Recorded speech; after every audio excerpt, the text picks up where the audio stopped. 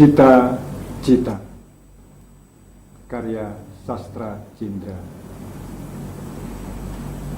Gadis berambut merah yang lama di tempat Savana itu pun datang senja. Saat tarikh tercatat bulan 3, senyumnya mengembang saat pelangi dibentangkan. Aku suka Mejiku Hibiniu, serunya, dan sinar matanya pun berpendar menjelma jadi aurora. Dari balik jendela taksi, dari bandara hingga Jakarta, ia melihat burung-burung putih melintas berarak di langit. Adakah mereka membawa harapan atau kepedihan? Tanyanya. Pohon-pohon mangrove sepanjang pantai indah kapuk sempat menengok mendengar desisnya, tapi tak menyiratkan jawaban. Ia ingat nasihat orang tuanya. Metropolitan itu bukanlah lembah savana. Kuda-kuda besi telah menggantikannya. Kau tak bisa berteriak "Kakalak" kapan saja kau suka. Kau mesti tahu tata krama. Memasuki jembatan Semanggi, gedung-gedung menjulang itu menakjubkan matanya. Mengapa kau tetap saja ingin mencakar langit yang tak lagi bisa biru? Tanyanya pada gedung-gedung itu yang sontak melirik padanya dengan pongahnya. Taksi melaju. Perjalanan baru di kota baru dimulai. Masa depan tampak gilang gemilang membayang di pelupuk mata gadis itu. Aku ingin sekolah, sekolah setinggi-tingginya, setinggi-tingginya, serunya. Begitu bersemangatnya ia, hingga langit tergetar dan awan tersibak oleh teriakannya. Ia datang dengan gairah meraih cita-cita, seperti banyak gadis muda lainnya mengadu nasib di ibu kota. Datang dengan semangat membara. Hingga 2 tahun hampir berlalu saat kutemui ia. Bagaimana dengan cita-citamu, adik? Tanyaku. Sorot matanya meredup. Pelangi tak ada lagi. Telah datang seorang pangeran membelokkannya. Kini aku hanya ingin berumah tangga saja. Adik, tanyaku, bolehkah aku membunuh pangeran itu? Sastra Cindra. Oke, luar biasa sekali. Iya, baik, halo pemirsa, senang sekali pada malam hari ini saya Vivilia dapat kembali hadir menjumpai Anda dalam acara Biang Lala Sastra. Bersastra kita bahagia. Kalau tadi kita sudah dibuka oleh Pak Didi dengan puisi yang berjudul Cita-Cita, nanti akan kita saksikan kembali ada beberapa puisi yang akan dibacakan oleh beberapa bintang tamu pada malam hari ini pemirsa. Dan pada malam hari ini kita akan membahas mengenai suatu tema yang sangat menarik sekali, yaitu mengenai puisi dalam lagu. Puisi dalam lagu itu yang seperti apa sih? Nanti akan kita tanyakan pada dua narasumber kita yang sudah hadir di tengah-tengah kita. Yang pertama tadi ada Pak Didi, yang kedua ada Mbak Tita. Kita sapa dulu Mbak Tita dari komunitas Omah Alas. Halo, selamat malam Mbak Tita. Selamat malam. Bagaimana kabarnya hari ini Mbak? Alhamdulillah baik, sehat. Sehat ya Mbak ya. Lalu bagaimana dengan Pak Didi Pak? Sehat? Sehat juga, puji Tuhan. Ya. Oke. Dan pemirsa, kita juga ada bintang tamu, ada Mbak Diah Endarwati dan juga Mas Rusdi dan juga Mas Ian nanti yang akan membaca puisi dan juga mengiringi musik pada malam hari ini menemani di acara Biang Lala Sastra. Kita sapa dulu bolehlah. Halo, selamat malam Mas Ian. Oke, Mas, selamat malam Mbak Diah dan juga Mas Rusdi. Oke, baik pemirsa, kita akan membahas mengenai puisi dalam lagu. Sebelumnya yang saya tanyakan, puisi dalam lagu, adakah perbedaan Pak puisi yang akan dijadikan lagu dengan puisi yang biasa Pak? Jadi tema kita malam hari ini adalah puisi dalam lagu ya. Jadi lagu itu kan nada yang ditata dengan rupa dari not-not yang ada ya, sehingga membuat sebuah susunan irama yang beraturan ya, tentunya sesuai dengan sang pengubah, sang pengarang lagu ya. Dan lagu itu kan secara umum itu kan hanya musik saja. Musik saja, dan tidak semua orang bisa menikmati musik saja atau instrumen saja ya. Ada yang ingin disisipi lirik-lirik syair ya, sehingga bisa meresapi apa yang ada di dalam lagu itu kalau ada syairnya ya. Dan tentunya untuk membuat puisi, untuk membuat syair untuk sebuah lagu, tentunya ada batasan-batasan yang harus dilakukan, karena harus disesuaikan dengan lagu yang akan dibuat atau yang akan diciptakan. Demikian juga misalnya sudah ada puisi ya, mau dijadikan lagu, tentu tidak bisa secara apa adanya terus dibuat notnya. Tentu akan ada perubahan-perubahan, entah itu pengurangan atau penambahan kata atau suku kata ya, yang harus dipaskan dengan lagu yang akan dimasukkan di dalam puisi tersebut ya. Itu pengertian secara awam seperti itu ya. Jadi tentunya ada kesulitan yang berbeda ya, karena kalau membuat puisi biasa yang tidak untuk dilakukan, tidak untuk dinyanyikan, itu kan kita bebas, tidak terbatas berapa suku kata, berapa satu bait, berapa larik ya. Tapi kalau di dalam lagu kan harus ada aturannya, dan kalimatnya atau liriknya harus istilahnya dari lagunya masuk ke ref kembali ke lagu, itu harus bisa nyambung. Harus nyambung ya Pak ya. Iya, karena kenapa? Kalau tidak nyambung akan terasa janggal atau terasa aneh itu ya. Itu kalau menurut penilaian saya. Mungkin nanti bisa ditanyakan ke Mas Ian yang dia seorang pengarang lagu ya. Bagaimana dia mengarang lagu sendiri baru dimasuki puisi, atau dia membuat puisi diubah menjadi dimasukkan yang diberi not.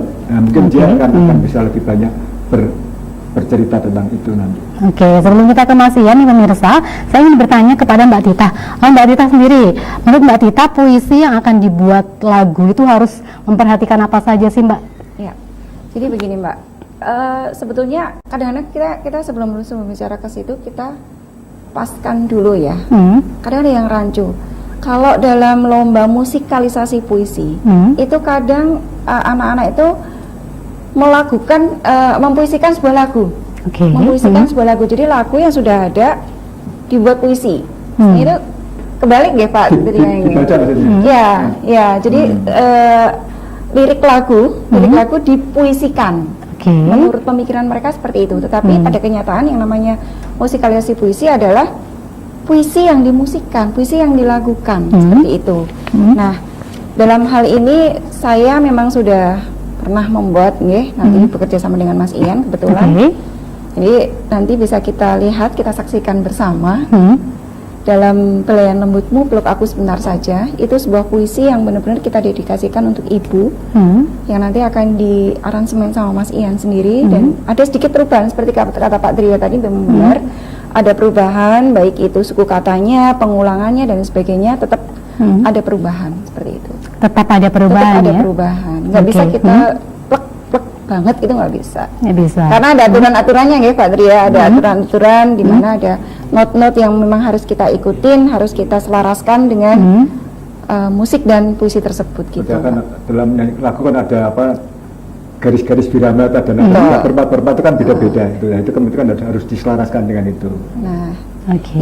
jadi kita sebagai penulis puisi mungkin tidak bisa memaksakan diri ke Mas Ian atau ke siapa yang akan mengaransemen lagu. Mas pokoknya harus tetap seperti ini, nggak boleh diubah begini-begini itu. Ya nggak bisa, harus. Nggak bakal jadi lagi. Nggak bakal jadi. Nggak bakal jadi, oke. Ya, jadi memang ada sedikit pengurangan. Nanti bisa kita saksikan. Gitu, Mbak. Oke, apakah semua puisi yang sudah atau telah ada, sudah jadi, itu bisa dijadikan sebuah lagu? Bisa, Mbak? bisa. Bisa, jadi semuanya puisi itu yang sudah jadi, belum dibuat, itu bisa dibuat lagu ya, dengan cara tadi, pengurangan atau mungkin penambahan ya? Kalau menurut saya sih memang tetap ada ngepaske ya. Kalau ngepaske itu kan harus ada pengurangan dan penambahan. Cuman kadang-kadang ada juga pencipta yang mungkin ini nggak bisa, pokoknya kata-kata dan itu nggak boleh dihilangin. Nah, seperti itu juga ada ya Pak Tria barangkali. Nah, kalau sesuai dengan undang-undang sih memang tidak diizinkan ya untuk mengubah tatanan atau mengubah ini karya. Menurut undang-undang mungkin seperti itu ya. Oke. Gitu Pak Tria. Ya kalau menurut saya sih enggak juga sih. Kadang ada yang seperti itu. Enggak juga lah. Enggak sih, ini kan kata-katanya seperti ini. Tapi kalau menurut saya itu sebuah Enggak, kecuali itu sudah diterbitkan ya, Nah, misalkan gitu. sudah jadi buku, nah, itu terus diambil, nah itu kan itu namanya Nggak boleh, plagiat ya. ya, itu nggak Betul. boleh. Kalau ini belum dipublikasikan, ya misalnya milik kita, terus ada orang ini, tak saya buatnya lagu, lah itu ya masalah sih. Nah, maksud saya seperti itu. Tapi memang harus tetap perundingan dengan penulisnya ya. Iya. Dan buat aku biar apa yang dimaksud oleh penulis puisi itu tidak berkurang. Oke. Roomnya Intinya, dapat gitu iya. ya, roomnya dapat, feelnya dapat, apa ya, kesan atau pesan yang disampaikan tuh dapat. Kalau mungkin ada perubahan, mungkin juga namanya perubahan nanti artinya juga kan berbeda. Oke. Misalkan apa lagu Iya. nada yang sendu misalnya, kok musiknya lagunya kok wah rancak gitu, para cocok. Oke. Gitu, lah, Tidak gitu, sinkron ya Pak ya. iya. Oke. Iya. Jadi harus sinkron antara Iya, betul. puisi, Betul. isi puisi dengan musiknya juga ya Pak ya. Iya. Oke, baik Pak Didi dan juga Mbak Tita, kita coba dengarkan ada Mas Rusdi yang akan membacakan sebuah puisi ini yang berjudul Derai Air Mata.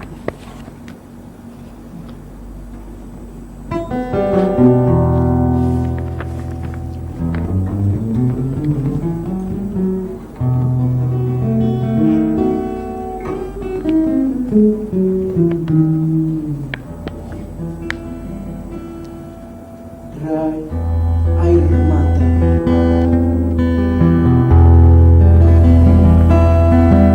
Derai air mata bercucur deras, basahi nusa bangsa. Berjuta mil, satu rasa dan satu makna untuk ibu pertiwi. Kata merdeka bukan lagi menjadi candu bisu. Kematian, kegelisahan,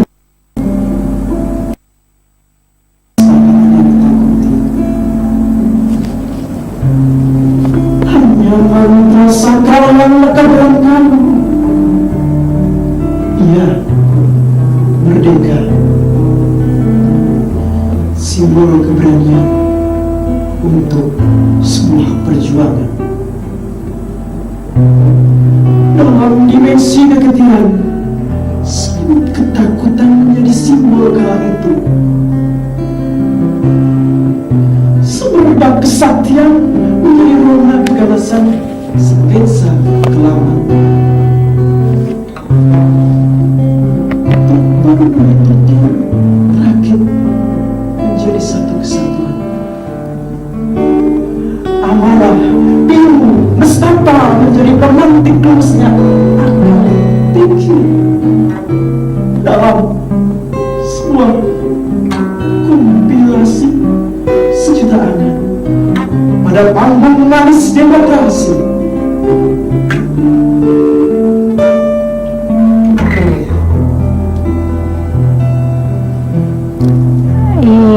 itulah tadi luar biasa sekali dari Mas Rusdi, Derai Air Mata. Ini apakah yang menciptakan Mas Rusdi sendiri?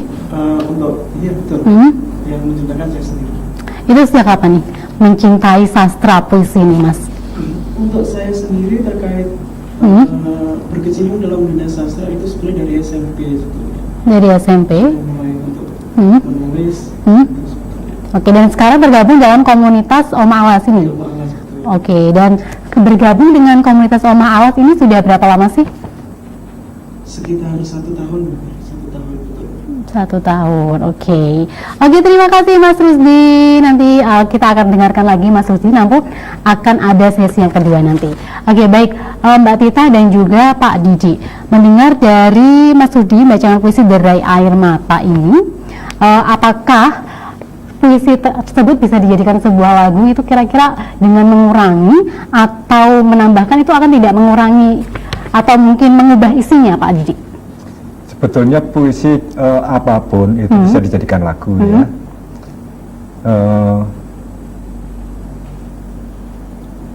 Tinggal bagaimana sang pemusik ya itu mengolahnya, mengolahnya. Tadi sudah kemukakan di depan bahwa tetap harus bekerjasama dengan penulisnya. Harus penulisnya ya Pak ya. Biar ruh puisinya itu tidak hilang gitu. Ya. Oke, tentunya jika mengurangi pun tidak juga mengurangi. Ya memang yang namanya puisi itu kan memang harus ada pemadatan katanya. Misalkan kata oleh itu bisa dihapus, dan bisa dihapus. Ya. Jadi apa? Memang dalam hal puisi itu berlaku apa? Lisensia poetika ya. Jadi bisa mengabaikan tata bahasa, tetapi jangan sampai arti katanya tidak sesuai. Jadi tetap walaupun bebas, tetapi tetap harus ada aturan yang harus diikuti. Jadi kata-kata yang atau diksi yang dipilih, yang ditulis itu harus acuannya tetap apa? KBBI acuannya. Maka kadang-kadang ada orang yang katanya aneh ya, itu di kampus saja agak ada, itu tetap apa?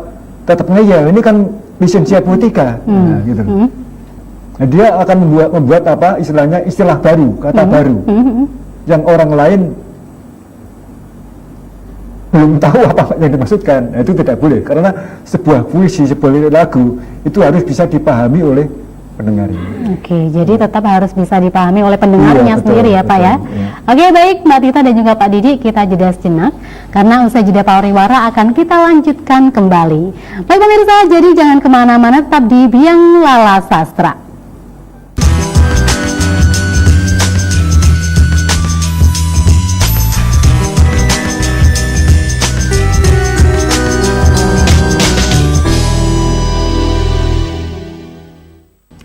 Iya baik pemirsa, senang sekali masih dalam acara Biang Lala Sastra. Bersastra kita bahagia.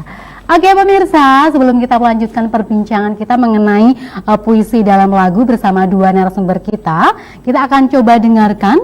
Ini ada Mas Ian yang akan membacakan, saya akan membawakan sebuah lagu yang berjudul Dalam Belayan Lembutmu Peluk Aku Sebentar Saja.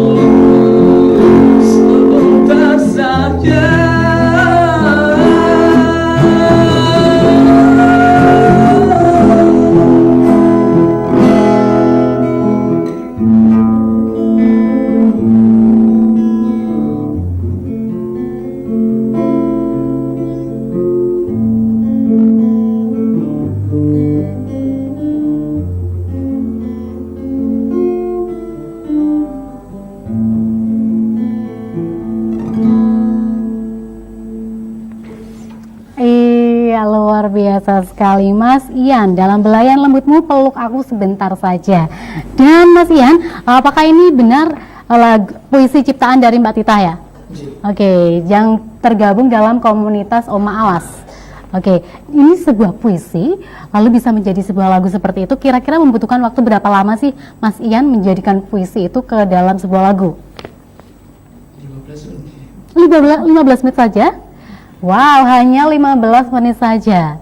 Itu apakah ada tingkat-tingkat kesulitan tertentu dalam menjadikan sebuah lagu? Jelas, ada kata-kata. Karena kan tidak semua kata-kata dari sebuah lirik syair puisi bisa disesuaikan dengan nada notnya. Oh gitu. Lantas apa saja sih yang perlu diubah ketika menjadikan puisi tersebut menjadi sebuah lagu? Pertama sekali kita tahu temanya dulu. Kalau tentang ibu seperti apa seorang anak yang merasa bersalah dengan seorang ibu. Yang penting tahu temanya dulu, alurnya seperti apa. Nanti kita akan mencari nada-nada. Nada yang indah seperti apa sih? Nada sendu seperti apa? Nada yang gembira seperti apa? Dan untuk dapat klimaksnya bagaimana? Oh begitu. Oke, tentu saja ini sudah meminta izin ya sama pemiliknya ya. Oke. Nah, oke, dan kebetulan juga satu komunitas ya. Kalau Mas Ian sendiri tergabung dalam komunitas Oma Alas ini sudah berapa lama sih? Jadi kebetulan kita ada sinergi antara Oma Alas dengan Oma Sawah dan beberapa tempat. Saya muter sih Mbak. Oke. Di Oma Alas, tidak hanya di Oma Sawah. Banyak teman-teman komunitas sastra. Oh begitu, oke. Oke, luar biasa sekali Mas Ian, sukses selalu juga untuk Mas Ian ya. Oke, Mbak Tita, ini kan ada puisi tadi ciptaan dari Mbak Tita sendiri. Dalam belayan lembutmu peluk aku sebentar saja. Dan itu dijadikan sebuah lagu hanya memakan waktu 15 menit saja. Kira-kira menurut Mbak Tita sendiri itu bagaimana sih? Iya, sangat luar biasa sekali, exciting banget ya. Membuat sebuah karya hanya waktu 15 menit. Emang saya percaya sama Mas Ian, dia memang talentnya di situ ya. Dia memang fokusnya di situ. Menciptakan sebuah lagu, tidak hanya puisi aja sih Mbak sebetulnya. Lagu-lagu lain dia nyanyiin, asal nyanyiin aja udah kayak keren gitu loh. Masih di bawaannya ya Mbak ya? Iya betul banget gitu. Jadi untuk komunitas Oma Alas sendiri ini berdiri sejak tahun berapa nih Mbak? Aduh, kalau berdiri tahun berapa ya Mas Ian ya? Masuk ke tahun kelima Mbak. Tahun kelima ini ya. Oke, dan siapa sih pencetusnya sendiri? Apakah Mbak Tita sendiri? Oh enggak, Imron ya? Muhammad Imron. Muhammad Imron. Jadi Muhammad Imron ini memang seorang yang multi talent juga ya. Dia memang sayang nggak bisa ikut, tadinya dia mau ikut tapi ada family yang datang. Kebetulan tadi juga kita lagi ada event ya, dari ada event, jadi mungkin masih capean dan lain sebagainya, family juga datang gitu. Kebetulan lagu ini memang untuk ini Mbak, untuk kita dedikasikan untuk ibu ya, untuk hari ibu nanti pada tanggal 22 Desember 2019 di Centraland. Jadi ini kebetulan nanti ada Hari Ibu ya, didedikasikan untuk seorang ibu juga ya Ibu. Tadi saya salah sebut ya, 22 Desember 2018. 2018, kalau 2019 masih jauh sekali. Jauh sekali. Kalau untuk kegiatan dari komunitas Oma Alas sendiri apa saja sih Mbak Tita? Banyak ya, ada teatrikal, kemudian ada gamelan juga ya, nguri-nguri budaya Jawa lah Mbak. Karawitan. Mengangkat musik lesung. Ya, lesung. Banyak budaya yang kita tampilkan di sana. Kita ciptakan di sana banyak. Di sana anak-anak yang kreatif lah pokoknya. Lalu ada berapa sih anggotanya untuk komunitas ini sendiri? Kalau anggota banyak ya, karena ada dari berbagai ini juga ya. Komunitas yang memang saling mengisi, saling berbagi, sharing kayak gitu. Setiap minggu pasti ada kegiatan ya? Setiap hari Mbak. Oh setiap hari malah justru? 24 jam. Setiap hari 24 jam, bahkan banyak juga teman-teman yang pada tidur di sana karena memang di sana ada semacam pendopo, gazebo kayak gitu-gitu sih. Ruangannya di mana sih Mbak Tita? Di Kandri Mbak. Oh di Kandri. Desa wisata Kandri. Jadi bisa kita jumpai ya setiap hari di sana ya? Bisa, setiap hari. Setiap hari, setiap saat, setiap jam. 24 jam Mbak. Oke, 24 jam. Oke, untuk ini latar belakang menciptakan sebuah komunitas Oma Awas ini apa sih, Mbak? Berlatar belakang dari apa kira-kira? Waduh, kalau itu apa ya? Mungkin karena memang mencintai budaya dan sama ya ininya, mempunyai ini yang sama, mempunyai misi visi yang sama. Jadi ya saling mengisi aja sih latar belakangnya barangkali ya seperti itu. Karena yang berhak menjawab soalnya Mas Imron ini. Oke, mungkin Mas Imron lain kali atau next time bisa bergabung dengan Biang Lala Sastra ini. Oke, kita undang kembali nih pemirsa. Untuk ini tadi kan dijadikan sebuah lagu ya. Yep. Ada puisi lain yang sudah dijadikan sebuah lagu dari Mbak Tita sendiri? On progress ya. Ya, on progress Mbak. Sudah? Karena kita memang ada beberapa Jadi baru satu ini. Cuman kita memang ada beberapa yang memang kita siapkan untuk musikalisasi puisi, lomba musikalisasi puisi besok itu. Kita memang ada beberapa event, jadi belum terfokus Mbak, masih fokusnya masih satu-satu dulu selesai, baru muncul lagi kayak gitu. Oke, jadi satu-satu dulu baru muncul lagi Dan kita selanjutnya. memang nanti akan ada lomba musikalisasi puisi di tanggal 22 Desember itu. Jadi untuk semua siswa SMA, SMK sekota Semarang bisa daftar tuh di kita. Bisa mengikuti dan mempelajari dulu lah bagaimana sih sebetulnya musikalisasi puisi itu, bagaimana tahap-tahapannya dalam membawakan musikalisasi puisi kayak gitu. Oke. Nanti tanggal 22 Desember, benar ya, Mbak ya? Oke, nanti kita datanglah ke sana ya bareng itu ya. Support ya. Oke, support. Oke, Pak Didi menanggapi dari puisinya Mbak Tita tadi yang dijadikan sebuah lagu oleh Mas Ian. Kira-kira tanggapan Pak Didi sendiri itu bagaimana, Pak? Tanggapan tentang apanya dulu? Mengenai puisinya, Pak. Puisi yang dijadikan lagu Isinya ini. apa lagunya? Isinya? Kalau puisi ya bagi saya ya tidak ada puisi yang jelek. Ya. Pernah saya kemukan dulu juga dulu ya bahwa puisi itu sayangnya sebuah lagu, ya. Indah atau tidaknya tergantung yang membawakan. Ya. Oke. Bergantung yang membawakan, Iya. Pak. Jadi sebuah lagu dibawakan si A belum tentu berhasil, dibawakan si B ini lebih berhasil. Puisi pun begitu sama saja. Dibacakan, saya yang membaca, mungkin orang tidak akan terperangah atau tidak akan kagum. Mungkin yang membacakan kita akan, wah, ya itu mungkin observasi perumpamaan aja ya. Mungkin orang akan apa? Wah kan gitu. Jadi puisi menurut saya tidak ada yang jelek. Oke. Ya. Kalau untuk tadi lagunya sendiri, Pak? Lagu juga relatif ya. Istilahnya kan begini. Yang namanya lagu karya sastra itu kalau menurut saya itu ibaratnya tukang jahit, tukang cukur, warteg ya. Masing-masing punya pelanggan sendiri. Oke, jadi punya penikmat masing-masing ya, Pak jadi ya? nggak perlu risau lah, ya nggak perlu saling bersaing karena masing-masing apa? Punya porsi masing-masing ya, Pak ya? Orang punya sen sendiri-sendiri. Karakter juga. Misalnya novel tentang apa? Tentang detektif. 5 pengarang itu masing-masing punya penggemar sendiri.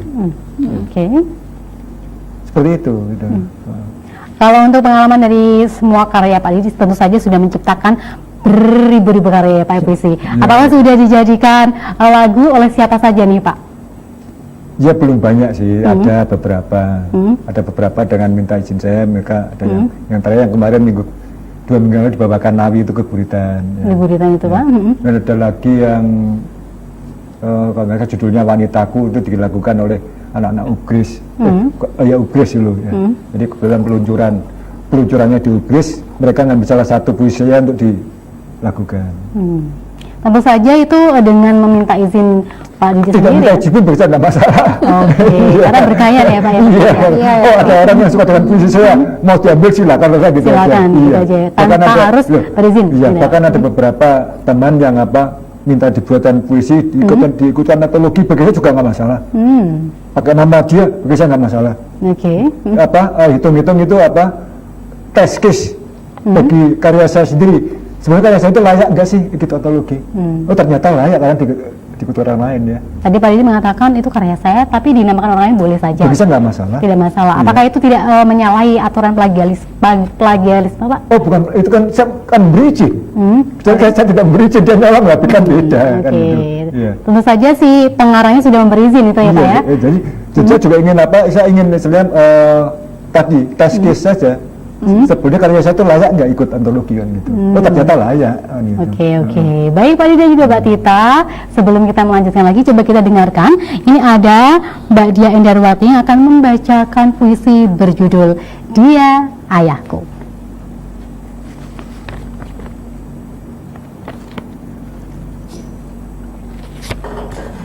Dia ayahku. Rintik hujan dan petir berdengung, dingin membalut isi selimut, sesuap nasi belum bisa masuk mulut. Gemetar badan menyusuri gelapnya, sepopong rumput berjalan di pundaknya yang letih.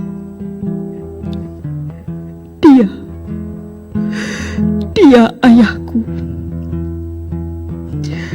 Demi sesuap nasi untukku, demi segelas susu untuk anakmu, terpontang di antara beceknya tanah liat, tersungkur dia di antara rumusan pengorbanan.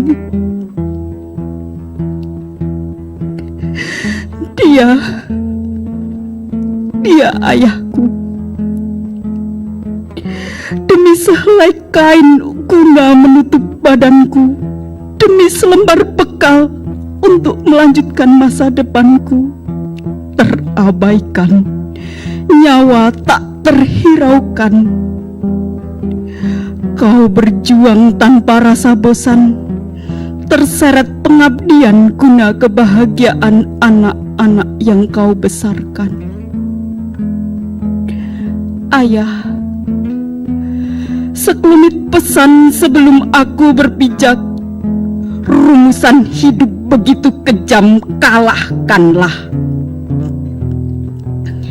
Jalan terjal lewatilah, tangguh berperang guna kebaikan, rendah menahan amarah penghancuran. Ayah, di antara deretan rumput liar kau menafkahiku, menjadi kuli, pesuruh kau tak malu. Ini halal anakku, jawabmu. Ingat aku akan semua ucap pengorbananmu. Jemari menari, air mata meniti, melukis semua pengorbanan yang kau beri. Ayah, tak mampu ku bayar, tak mampu ku balas. Alunan doa mengantar mengiri, suatu nanti ku wujudkan tawa di antara bibirmu yang kering. Ayah. Surabaya, 17 September 2011. Dia ini juga seorang guru ya? Iya. Guru bahasa Indonesia, benar? Benar. Oke, tentu saja sudah memang melekat ya puisi tentunya. Sudah sejak kapan sih mencintai puisi itu sendiri? Kalau menulis puisi itu sudah sejak SMP. Cuma dari dulu setelah puisinya dibaca saya buang. Setelah puisinya dibaca ya udah saya kasihkan orang. Tetapi sebelum almarhum ayah meninggal 2 tahun yang lalu itu sempat waktu itu duduk-duduk ayah terus menemukan selembar buku. Kapan ya Nduk nanti namamu dituliskan di buku. Baru di situ itu ada sebuah proses perjalanan yang masih belum mengetuk hati. Jadi setelah ayah nggak ada, baru kenapa enggak? Baru berani menunjukkan karya-karyanya. Kebetulan sampai saat ini sudah ikut antologi puisi, sudah 3 buku. Jadi sebenarnya baru beberapa bulan ini. Ya, sudah 3 buku ya Mbak Dian. Mbak Dian. 3 buku. Oke, sukses selalu untuk Mbak Dian. Terima kasih. Oke, baik pemirsa, kita jeda sejenak karena kita akan lanjutkan kembali usai jeda pariwara berikut ini. Tetap di Biang Lala Sastra.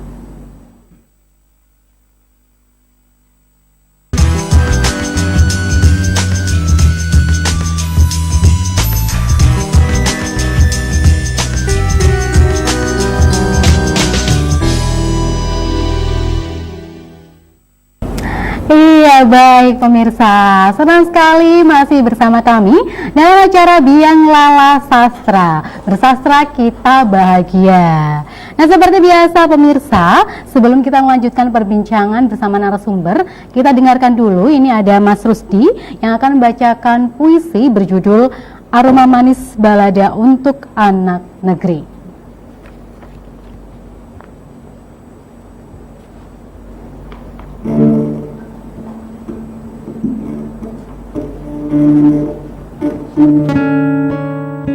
Aroma manis balada cinta untuk anak negeri.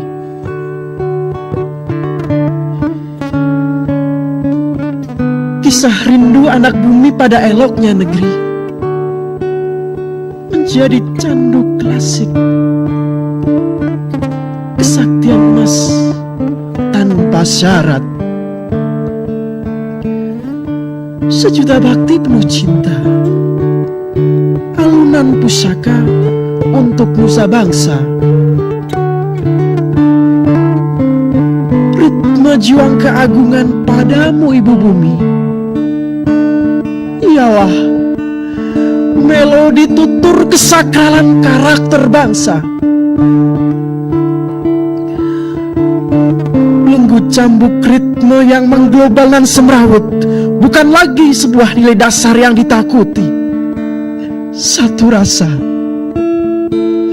berjuta karya, 1000 makna. Ialah wujud baktiku padamu kasihku. Ya, Indonesia tercinta.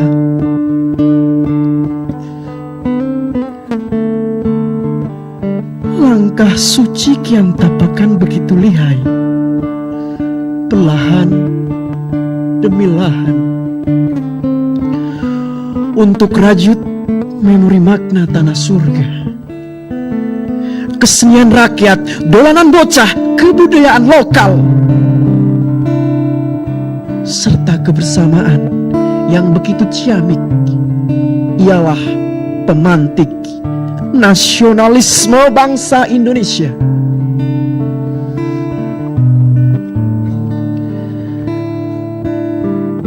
Syair indah yang kucelotehkan padamu Sang Gusti ialah sinergi alami, penuh harmonisasi pada pekatnya malam kala itu. Gusti, Gusti, Gusti, kelak hayalku menjadi simbol nyentrik dekonstruktif untuk anak negeri. Ya, Permata Edelweiss, Semarang, Jumat 2 November 2018.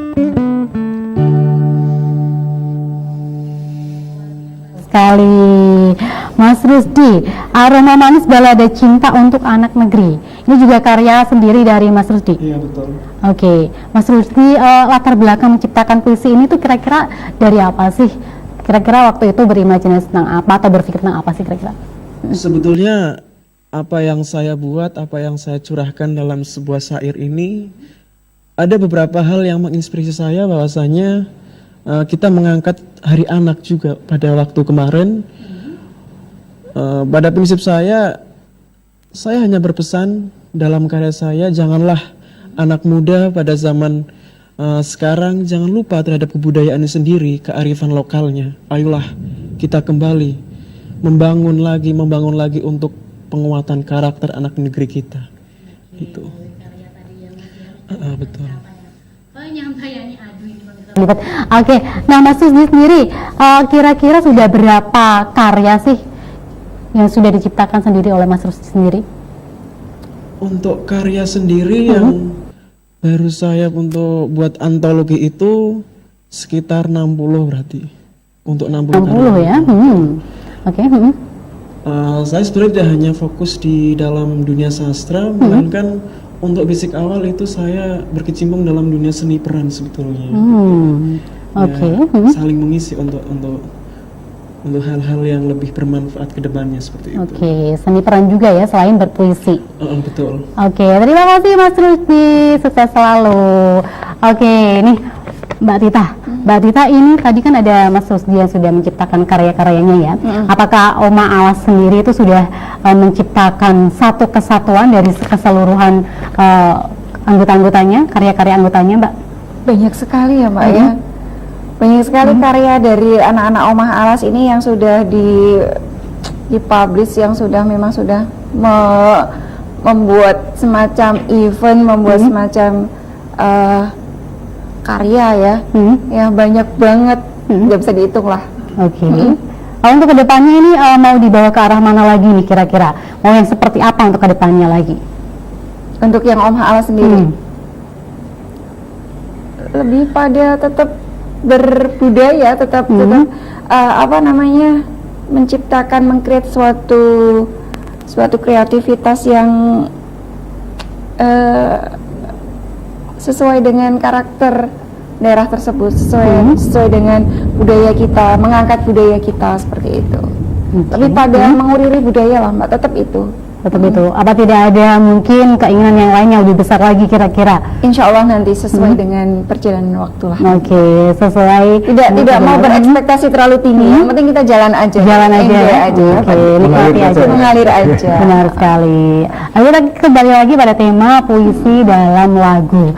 Kira-kira untuk menciptakan puisi yang akan dijadikan sebuah lagu itu harus memperhatikan seperti kata-katanya nggak sih Pak Didi?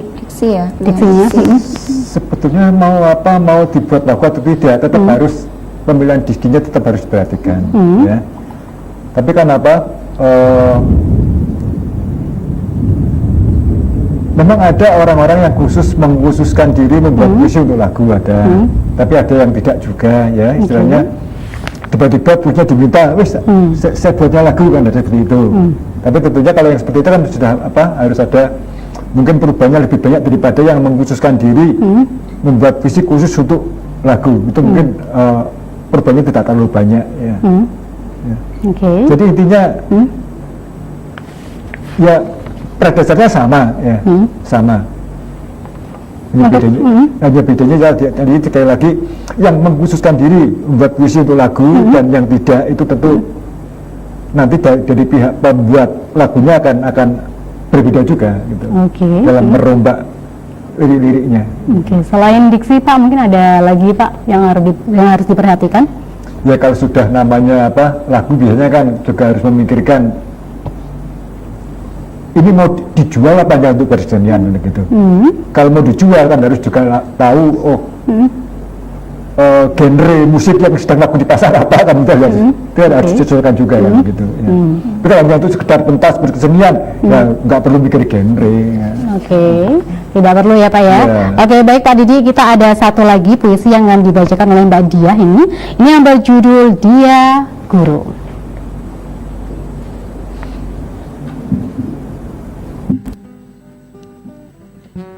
Dia guru.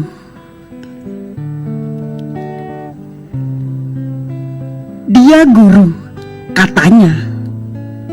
Berangkat dengan keki, pulang 1/4 dari total hari. Dia guru, katanya. Pergi pagi meninggalkan istrinya, pamit kerja untuk menafkainya. Dia guru, katanya. Pergi mencetak anak bangsa demi masa depan mereka. Katanya, kata mereka yang setiap pagi melihat.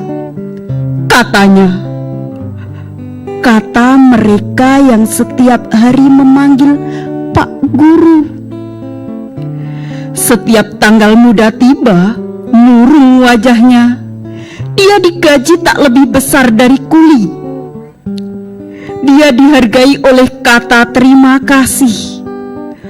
Tanpa ditanya istrinya makan apa, tanpa ditanya sepedanya berjalan dengan apa. Dibedakan oleh lejana di kantong kirinya, dibedakan oleh tulisan negeri dan pengabdi. Ya, dia guru, katanya. Kendal 2 Juli 2018. Guru, apakah ini juga termasuk dari pengalaman sendiri atau bagaimana nih?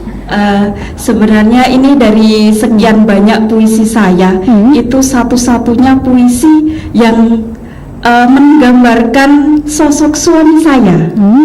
Jadi suami saya kebetulan GTT atau guru tidak tetap di SD negeri, jadi seperti yang sudah bukan rahasia lagi ya, mungkin sudah jadi rahasia umum bagaimana GTT SD negeri itu sekarang diberdayakan. Jadi banyak yang mungkin kalau guru mau dikatakan yang masih GTT mau dikatakan hidup kami layak memang, tetapi di balik itu semua banyak sekali perjuangan-perjuangan yang tidak bisa kita ungkapkan. Seperti suami saya guru, kalau pagi ngajar, tetapi pulang dari ngajar itu dia cari rumput untuk sapi.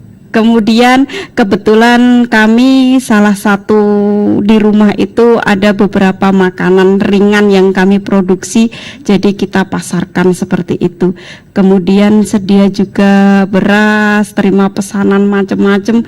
Jadi di balik pakaiannya yang setiap hari dikenakan itu ada perjuangan yang lain. Jadi kalau ditanya kenapa memilih jadi guru, karena dulu saya bukan guru ya.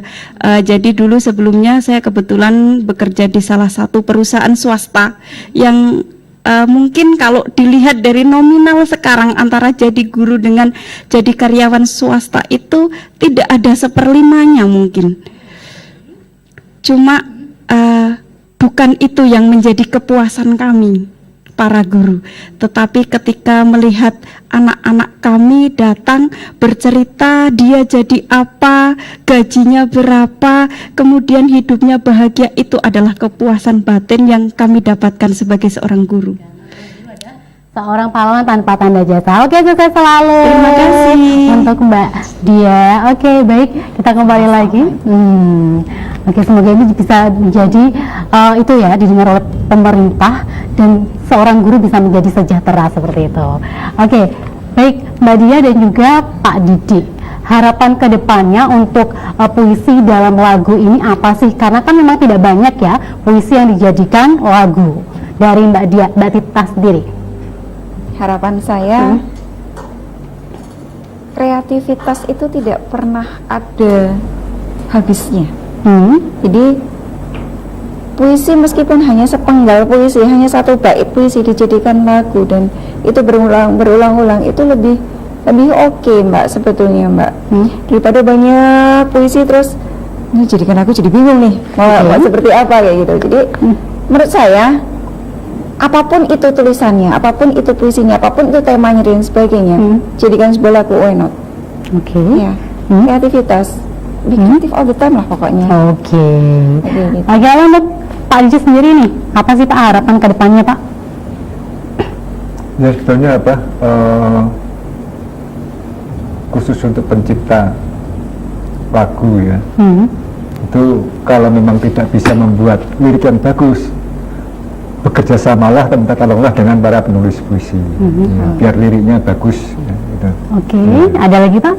Ya itu aja. Itu aja. Baik Mbak Tita dan juga teman-teman dari komunitas Samawas dan juga Pak Didi dan juga Mbak Dia sendiri, terima kasih sudah menemani di acara Biang Lala Sastra ini. Semoga tidak kapok ya untuk teman-teman dari komunitas Oma Awas ini untuk bergabung dalam acara Biang Lala Sastra. Baik pemirsa, itulah tadi bahasan kami mengenai puisi dalam lagu. Saya Vivilia pamit undur diri, namun sebelumnya kita dengarkan ini ada Mas Ian yang akan membawakan sebuah lagu berjudul Zikir Jumat.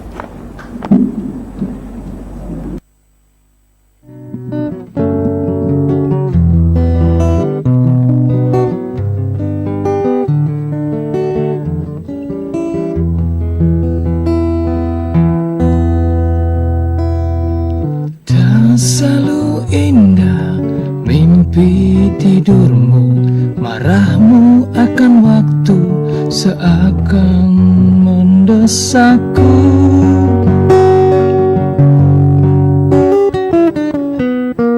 Hitam warna hidup, gelap kau raba, rapuh sisi hatimu bila semua berlalu.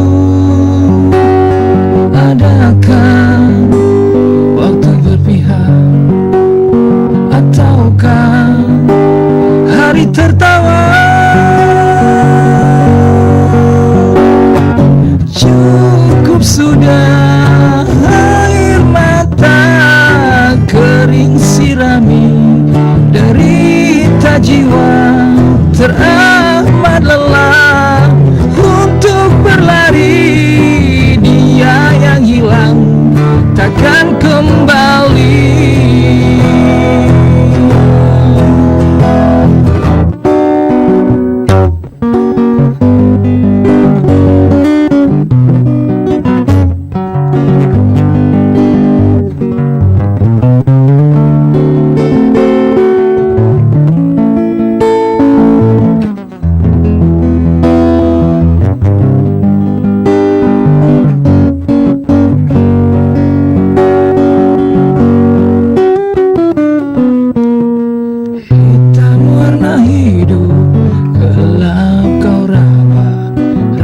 Sisi hatimu bila semua berlalu.